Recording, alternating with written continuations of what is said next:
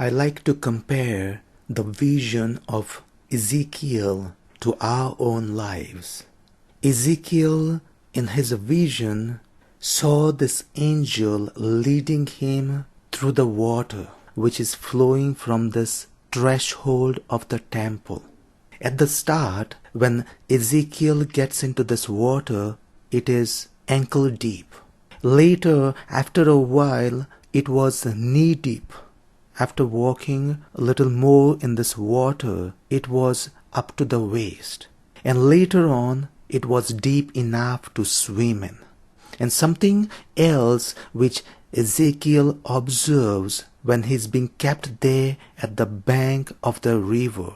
He sees when this water enters the stagnant sea water, it all becomes fresh, giving life for fish and everything in it.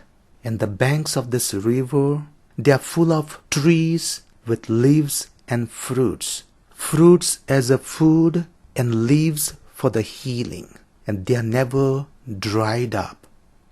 Now our life of faith needs to be like this water. Each time, the more we step in, the more we go through our life journey in our faith, we need to experience the depth of this faith water. In other words, we need to experience our faith ever more than before. Maybe at the ankle deep, to the knee deep, at higher level up to the waist, or as the water makes us swim, it just carries us in our lives.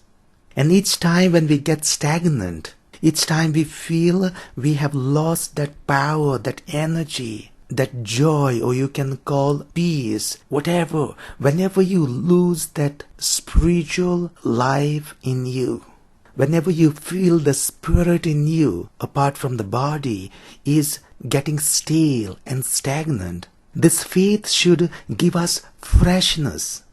It should make our dreams and our thoughts and all that we have alive.